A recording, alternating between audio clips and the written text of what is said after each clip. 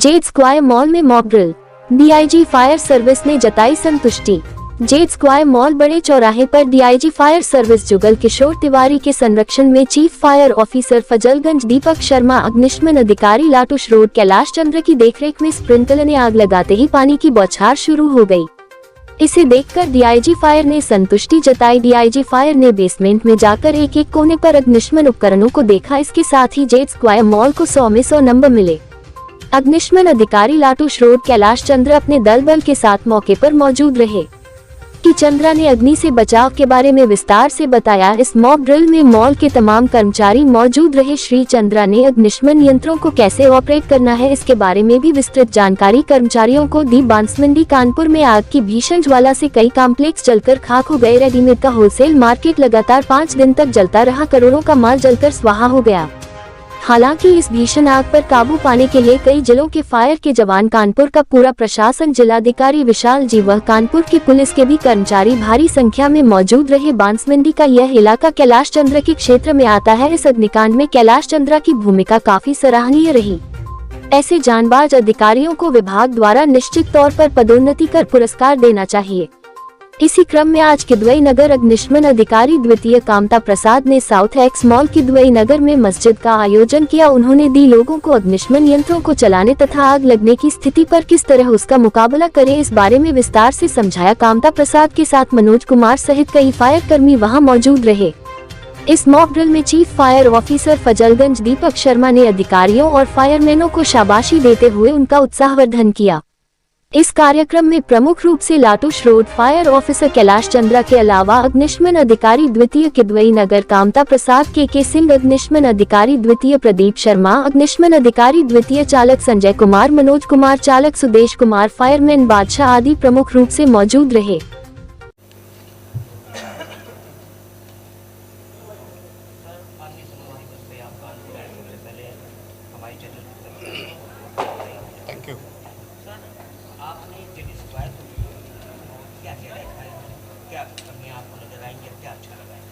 देखिए, 14 अप्रैल से हमारे सारे अधिकारी और जो वरिष्ठ अधिकारी हैं, उसमें डीजी साहब भी, हम लोग विभिन्न नगरों में जाकर के और विभिन्न प्रतिष्ठानों में जाकर के आग से बचाव के लिए जो जागरूकता आवश्यक है उसके बारे में चर्चा कर रहे हैं।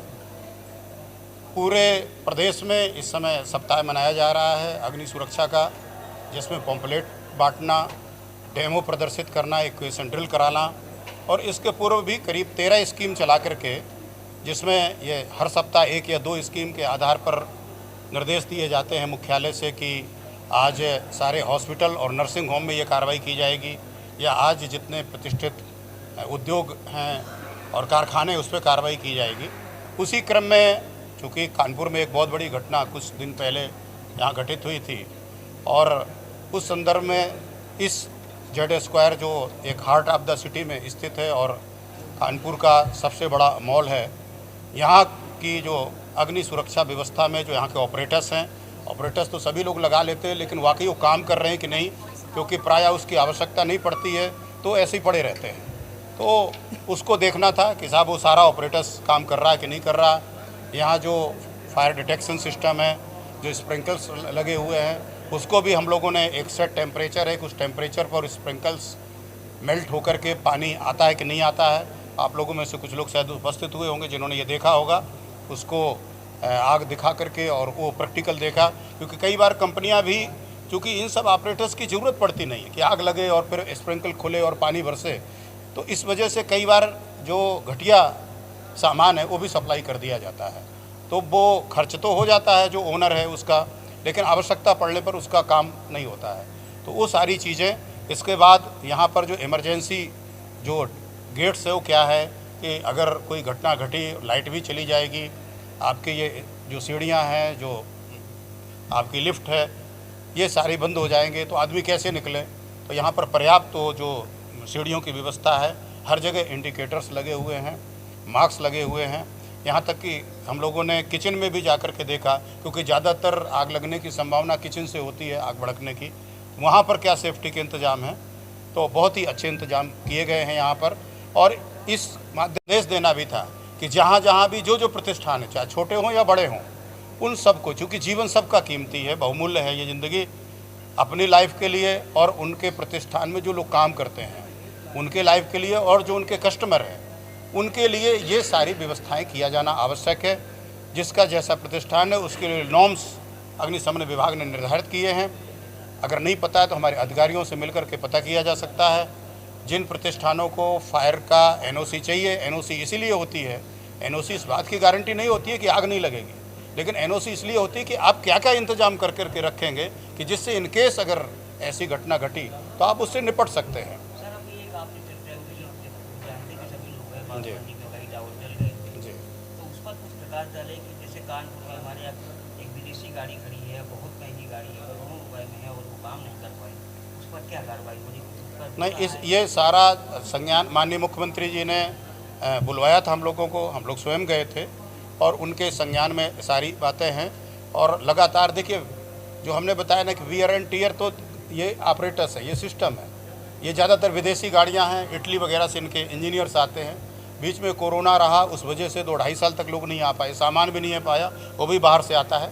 अब बिल्कुल युद्ध स्तर पर अभियान चला करके हम लोग ये कर रहे हैं। लेकिन आपको ये भी जानकारी होगी कि घटना घटने के विदिन 4 आवर 4 घंटे के अंदर लखनऊ से हमारी गाड़ी आ गई थी। मैं स्वयं यहाँ करीब 10:30 पौने 11 बजे आ गया था। प्रयागराज से भी हमारी वो गाड़ी आ गई थी यहाँ पर जो है। अगर यहाँ की गाड़ी ठीक होती तो हो सकता है कुछ अग्नि पर जल्दी काबू पाया जाता। नहीं, वो आपकी बात से सहमत है। यहाँ की गाड़ी ठीक होती, यहाँ एक गाड़ी से ज़्यादा 4 गाड़ियाँ होती, आपकी बात से पूरी तरह सहमत है। लेकिन बात यह है ना कि संसाधन आवश्यकता आविष्कार की जननी है। जब हमें ये लगता है कि अब इस चीज़ की आवश्यकता है, अब हम लोग कुछ और भी इस प्रकार की विशेष प्रकार की गाड़ियाँ ले रहे हैं, डिजास्टर मैनेजमेंट के माध्यम से हम लोगों ने मांगी हैं, वो हमें मिलने वाली हैं, जो और भी एडवांस स्टेज की हैं। लगातार इस पर रिसर्च हो रहे हैं और तरह तरह की गाड़ियां आ रही हैं, वो भी हम लोग ले रहे हैं। उसमें कानपुर भी हमारी प्रायोरिटी पर है।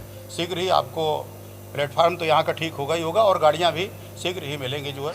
की बात तो उन्होंने नहीं कही, उन्होंने ऐसा कुछ तो नहीं कहा कि कहीं पे कोई कमी है। वो पूरी तरह संतुष्ट लगे हैं और उन्होंने तारीफ़ भी करी है हमारे मॉल के फायर सिस्टम की। क्योंकि आपको याद होगा कि जो यहाँ पे हमराज कॉम्प्लेक्स में आग लगी थी तो ये जेड स्क्वायर मॉल ही है जिसने यहाँ पे 1000 गाड़ियों को पानी दिया था और लगातार हमारी 5 दिन सारी मोटरें कंटिन्यू चलती रही थी। और इस बात को अभी साहब ने भी कहा था कि अगर मॉल ना होता तो शायद आग बुझाने में बड़ी समस्या सामने आती। तो इन सब बातों से ये लगता है कि नहीं, हमारा जेड स्क्वायर मॉल की व्यवस्था सारी बहुत बढ़िया है फायर की। और जो उन्होंने बातें बताई हैं कि नहीं, हमें आगे से और उसको कुछ इम्प्रूवमेंट करना है, जैसे मॉक ड्रिल है या लोगों को अवेयर करना है, उस पर हम लोग आगे काम करेंगे।